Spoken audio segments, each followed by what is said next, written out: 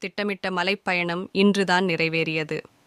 கோதையின் அப்பா தனக்கிருந்த பணிகளை ஒத்திவைத்துவிட்டு மகளை அழைத்து கொண்டு செண்பகமலைக்குச் சென்றார். காரில் 4 மணி நேர பயணம். மலையின் கொண்டை ஊசி வளைவுகளில் ஏறும்போது கோதை பயந்தாள். ஒவ்வொரு முறையும் கண்களை மூடி அப்பா மடியில் சாய்ந்து கொண்டாள். திடீரென்று போக்குவரத்து தடைப்பட்டது.